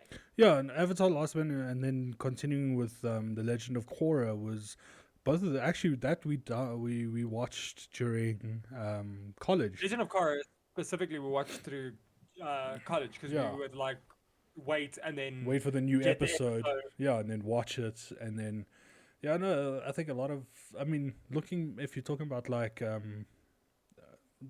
Cartoon Network and um, what was the other one? Boomerang and But Boomerang was very much your classics. Your that was your uh Jetsons and all of I'm that type of struggling stuff. to think of the name Dastardly Races, Wacky Races. Wacky Races, yeah. A lot of Um for me, it it's was a lot of the Warner Brothers stuff. yeah, Because then you had Disney Channel, which was and was my favorite. I just loved it so much. Korra was, but they didn't handle some of the story elements as well as they did in Avatar: The Last Airbender. If they had given more time and more breathing room, or introduced some of the elements a little earlier instead of trying to pack the last 5 episodes of season 3, it would have matched the last Airbender. But because they rushed that last little bit, it wasn't as good. and also But if you're looking at the how the series ends, looking at how Avatar: The Last Airbender ended with the final fight between Aang yeah, and and General Izo, Aang taking like the the full form of Avatar. of the Avatar, but then also not following in the footsteps of the previous avatars and Yeah, just killing their enemy, where he he like actually took away energy his bending. drained his power away. Yeah. That was I think, so. like, yeah, I mean, especially, and then that's obviously carried a big influence to the rest of the core franchise. Though I Where, will say that Korra had the better fights, especially that whole thing of the three benders, 3v3 benders oh yes, the fighting tournament. at the dude. If that, If I knew that shit was real. if only that shit was real. Because I And the mean, 3v3 you can see did not include airbending. no, because the airbender would just go, poof, and then the No, dude. because the Wow. airbenders were the passive, they were But the also, pacifists, and the only airbenders that existed lived on Airbender Island. no, they didn't. They lived outside the city with Aang's kid. But there were only. Yes, that's Airbender Island. Oh, I'm thinking of the temple that's in the middle of nowhere. But there were also like 4 airbenders. Oh yeah, In, no, it was well that's 5. excluding. That's excluding Korra though, because there was Aang's kid, Yeah, it and was then their 3 kids. the 3 kids, and then didn't have the baby. Oh, she's pregnant. She was pregnant. She's pregnant, so there were Yeah, going to be and uh, then obviously excluding the actual the Avatar, Avatar who. who is of Can, all benders. But no, but also, definitely. I really dislike the fact that they took away her connection to the other avatars, because that I that don't know. I in think essence killed Aang, and I was really sore about that. I think their attempt to show a misconnection between an Avatar brought in modern day, or their version of modern day life, compared to one that was brought up in tradition. It's the whole tradition versus um, modern lifestyle and what's new and what's in type of thing. So kind of lost connection from the importance of the avatar versus what's Mm. really needed at the moment. Blood Bloodbending for the win, yes, blood bending for the win. for the Having kill. for the kill, Uh, I, fatality. I don't know. I still think that the metal benders were the coolest, Yes, especially with yes. those like With the the metal with the chains they could where they swing could like around like swing. fucking Spider-Man. And I don't know, Spider-Man's your favorite Marvel character in the whole world. We will not go into Mm. that. They could Uh, they could swing around like Spider-Man throughout the city, and they could zip line with their feet. I mean, they'd shoot the zip line across and then slide with their feet on this metallic. I think it was amazing. Like all the new, I mean, you get the magma benders now from the Fire Nation. Now, yeah, but Ba Sing Se, right? I've got a point to make about this one. The gods of Ba Sing Se who had basically cut off their hands so that they could have those rock hands and yeah, then fire the rock hands off. and then pull them back. Lava bending was so fucking cool. Yes, or freaking. Uh, Yes. especially in Kara where there was that like massive like slew of lava coming down and the dude just sort Bo. of Bo. I puts know his his hands name. up His name is and then fucking bends Bo, dude. but yeah, and he bends it and then he goes, what? And he looks and there's just like Yeah, just lava. cold magma. And he's like, oh, Yeah, I can do this if now. I'm not mistaken, they were underground at one, like tunneling through to get into one of the political people's houses or whatever, and they somehow broke into this magma pore. They came through, and he's like, "Oh shit!" And then he like freaks out and bends the magma away, and he's like, "What happened?" No, I thought it But was no, definitely. So if like animated wise, definitely, Aang Last Airbender was a massive start. Putting aside actual anime, like Japanese or Korean or Chinese anime, um, but anime, I think, is a broad enough topic. yeah, It would be difficult to get into now. yeah. Though I don't have many Well, like real life shows that really affected me greatly. It was a lot of there's a lot of stuff that I just put on so that I could have noise. I mean, if Uh, we're talking about childhood, like a lot of my my after school life was SABC2. Chubb came on TV. You watched Yu-Gi-Oh or DBZ, Pokemon or Pokemon, DBZ. any of those, and you knew No, exactly what time it was coming on. So the teacher knew that this is the time they turn on the TV. So you outside. This is the way it worked. Like at my school, you'd finish school, go to aftercare, do your homework. Once your homework was done, you could go outside and play. And then well, come, I think it was 3:30 or 4:30. The everybody gets pulled and everyone plonked in it's front of like the the TV. TV's being turned on, and then everyone just bolts from all directions of the school straight for this TV, plonks their ass down, and like the cool kids would sit on the counters and stuff like that, and we'd all just sit and watch DBZ and Yu-Gi-Oh and Pokemon and all that shit. Though I will say that DBZ, which is for those who um, aren't particularly in the know, which is Dragon Ball Z, Pokemon and like Digimon were big enough influences outside of being just anime, because that certainly was my first introduction to dub, first introduction to anime. But it was outside of what we, Especially you know, like when we consider anime, we're talking more about like One Piece and Death Note and like more of the isekai type of stuff. Whereas when we refer to DBZ and Yu-Gi-Oh and stuff like that, we don't necessarily that was look at it. after school Yeah, cartoons. that was after school cartoons. And I So mean, the funniest thing is that um, people that we follow now were part of the stuff that we grew up on. yeah, and Uh, like Laura Bailey and Travis Willingham were both in DBZ, and we didn't know. Dragon Ball, yeah.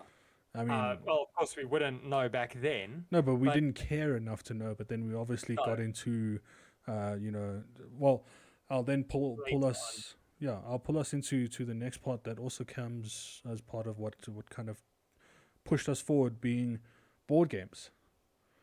RPG Actually, before style we stuff. get into board games, I wanted to just touch on movies, because a lot of stuff um, that influenced me was stuff that my dad introduced me to. So, Rocky Horror is a big one because that got me interested in musicals, which I am big into now. Then stuff like Ghostbusters and the classics from the 80s, early 90s, stuff like that, where the big cult. Stuff that was coming out when we were pretty much born. And way before that, Yeah. I know that Steph can speak to that. There's a lot of stuff that she's into, specifically like the old Stephen King movies or um, Back to the Future. The classics No, of that's yeah. I mean, when we talk, especially the about classics now that were. yeah, like for most of what we've spoken about now are pretty much what we could possibly consider pop culture. But when we refer to such things and talk about it like Ready Player One, when they refer to pop culture, they're referring to such things as Back to the Future and It and well, a lot of Stephen King, work and Stuff that is cult. yeah, I mean Yeah. they even make references to such things like the Goonies. Hey, you guys! Wow, ball drag. Ah, that one hurt. Yeah, it's just like a lot of that we consider like old pop culture. Yeah, but then again, it didn't, it influenced people like us who then have gone on to make the stuff that we now enjoy. Oh, I can definitely 100% tell you, Ernest Klein is a big fan of all of those. Yeah, but it's people like Ernest Klein, and I don't want to like pat ourselves on the back, but it's because of stuff like that that we now make content. Yeah, So, I think a lot of this has got a big place in the pop culture zeitgeist because it makes other people want to make content, yeah, and which is important for the propagation of more content. yeah, and I want to throw to chat if there's any other any other throwbacks that you have that are considered old pop culture. Put it in chat. Leave comments down below in the VOD on YouTube. But yeah, no, a lot of what the references I get now is like a massive thanks to my parents. Um, for kids like most people our age, they don't know much of. If they know about the Goonies, it's because their parents introduced them. If they know about Back to the Future, it's because their parents introduced them to it. So a lot of what we refer to in terms of pop culture is often stuff that our parents, enjoy during their time. Yeah. So no, that's why I give a big ups, especially like a lot of my music taste, and that comes because of my father. Uh, a lot of people wouldn't say that, but it does. So, I mean, listen to old classics. And returning to your comments about like board games, I wish that I had gotten into stuff like D&D earlier, I but I didn't have wish you had friends. gotten me into D&D earlier. I'd put this out there that Connor and myself started playing D&D back when we actually started working together at Nedbank.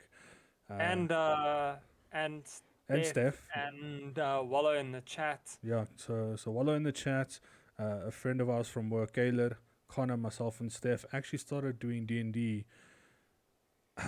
What's this, about 7 years ago? We attempted. I don't know if it was about it was in 2016, so about 5 years ago. Can I tell you what? I can still remember the main the start of the story that you started with in our very first D&D I, I campaign. I just remember Henny as a dwarf running between bushes to try and avoid being seen by the goblins. And then trying That- to fuck every goblin's skull. yeah, and then we stopped playing D&D for about a year. Yeah, no. Things happen. But I do remember that the most part about the beginning of that was we decimate most of a city. And I'm like, oh my god, that sounds amazing. But we're level like 1 characters. I mean, I got better. With No, the you years. did. But I mean, like that type of story, like that still sticks with me to this day. I still am stuck with that story in mind about how we tried to fight goblins and try and save people because we were in a lot of shit for like destroying part of a city. Steph in the chat saying my parents always took classic board games on a holiday, and I'm obsessed with classic board games like Monopoly in 30 Seconds. That is true. My parents refused technology when we went on holidays. No such things as tablets or any of that type of shit that eventually came out. We were board games, puzzles, jigsaws, all of that type of stuff. Well, my parents would take one board game with them, and that was Scrabble. So I would just read. It's close enough. At least it's not playing around on like technology. I mean, my family and I spent a lot of time on holidays. We bought 1,000-piece puzzle and then spent holidays just building puzzles, or we'd like play the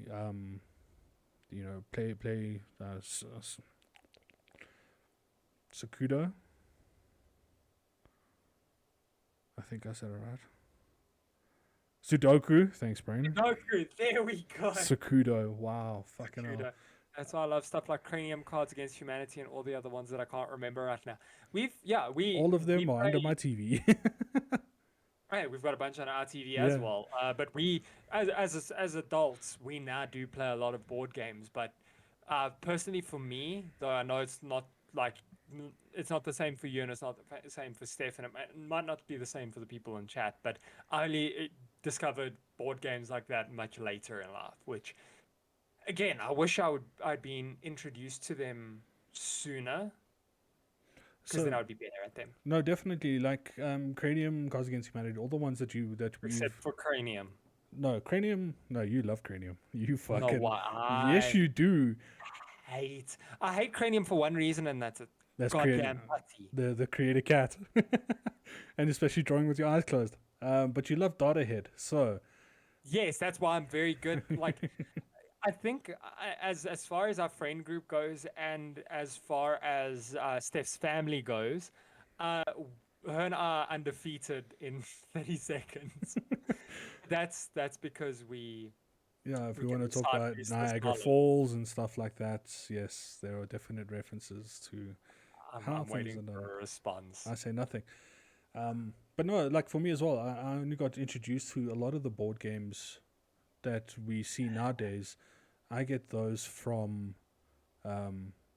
playing with friends. Like as I got older, a lot of as I said, when we were younger, we didn't really have 30 seconds. We had the Trivial Pursuit, which even then was way too difficult to play because they ask you the most fucked up questions. Oh yeah, I found Trivial Pursuit and I was like, oh dope, let's play this. And then my dad won and I got no points and I was like, okay. Yeah, next. No, we pretty much, I know my brother, my mother and I and my dad, we all spent time around the coffee table or the dining room table on a holiday just doing puzzles. So, and my dad would sit and play Sudoku a lot of the time. So that's pretty much like most of my board game life. And then as we got older, I started playing things like Cranium and Cards Against Humanity and all of that type of stuff. And that's... I think it's kind of changed from, just make a pretty picture or use random words to now you got to actually start thinking a lot more about certain things. But that's kind of progress of how things have happened. And I mean, looking at the stuff we play today, we play a lot of board games as a group. We do. I mean, specifically like when we get together, it's Magic or it's Wikipedia or Cards Against Humanity or that unicorn game.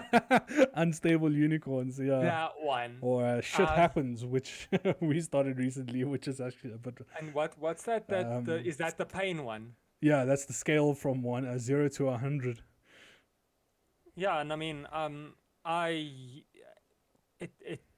so this whole conversation came about because we were talking about like the things that affected us. I think that's maybe so to Laura, sorry, I was answering to Laura's question without saying. She said we didn't play a lot of board games because it's boring when you're a family of 3. I think that might be the same reason. Also, I just read as a child. Yeah, Anything I could get my hands on, and I think a lot of board games back then were based on it was a team or based game. more. Yeah, it was a team based game, so you can't play 30 seconds, even though it does say two to however many million of players that you want to. You don't necessarily want to play it by yourself. You want to play as a team with someone, and as a family of Yeah. three, being like yourself and like Talora. Those kind of games are difficult to do as a family if there is Yeah. no fourth. So, Yeah, very much so. but no, But yeah, I mean, I still as an adult, I'm still a big kid essentially because I still love all the nerdy shit I loved as a kid. Now, and it's just, I think being interested in all of that stuff when I was younger, um, I didn't grow out of it like my parents probably hoped I would. I just got better at appreciating all of it, and I think it's the same for you because I know you have the same love that I do for a lot of stuff that uh, is a little weird. yeah, no, I mean, especially like we're talking about like the board games that we play today. There's a lot of setting up, and there's a lot of finicky pieces, small pieces here and there. And I mean, even I remember playing Cluedo at my parents' place where we still had that wooden deck, and we lost some of the pieces, and I spent I think a good 2 hours with two With the butter coat knives. hanger, With the I coats, know it was a button there knife. was two butter knives, and then eventually Steph also got the coat hanger, trying to get the steel pipe that was supposed to be in one of the rooms out from underneath that. And I'll tell you now that I swear to God, I probably left like R1 million in coins and cigarettes underneath that thing, and I have not been paid back. But no, Yeah, yeah, I've enjoyed like today's episode, especially like going a throwback to a lot of our childhood. yeah. I also think there's a lot of ones that stand out that'll be like, I didn't actually think about this. Like I didn't think about the Goonies at first until we actually brought up like it and all of that type of stuff. So yeah, Yeah. I actually remember that there are a lot of stupid stories that were part of my childhood which seem ridiculous, but I now see I'm not the only one that also did the ridiculous things Adding a lot of stuff to my to your to my your what. your list to go and watch. Yeah. No, but I think a lot of these times, especially when you're talking about pop culture, referencing and stuff like that, it brings a lot more nostalgia than you would think, Yeah. because us referring to it as pop culture, it was our childhoods. Hmm. And a lot of people, And I it's mean, what made us who we are today. yeah, and I mean, you and I have tried to Google pop culture news, and today it's just about celebrities, whereas pop culture refers to a lot more than that in our minds of what actual pop culture is. So being able to find, like, refer back to things like this is, I found it really, really fun. And I think chat did too, because I will say Oh, it we got now, this is one of the most, the busiest chats yeah, we've the had, busiest and the most and involved chat we've had for pop and culture throwback. Uh, and thanks to everybody who did add in their yeah, no, thanks to what was important to them, and and thanks to all the viewers. We have really appreciated this. I mean, we've had a lot of fun in the past. We are currently on episode 5 of this series, but we've had a lot of fun doing this. yeah. And So thanks to everybody, and thank you, Dolph, for putting up with my silly idea to start a podcast. thanks for coming up with the idea. Pop culture is a popular culture, so tell us to whatever the world's thinking or talking about. Or whatever That's we the great. decide is good enough to talk about. Yeah, well, that's the great thing about it. Not necessarily, because I mean, if you're talking about a lot of pop culture to today, it's all about what are the celebs doing in life, what drugs are they taking. Whereas pop culture refers to more than just the people. What it means to us is not what it means to. Yeah, I mean, if you're going to talk about this in the future, you're going to talk about like, yeah, when I was a kid, I remember, this famous person doing cocaine off a hooker's ass.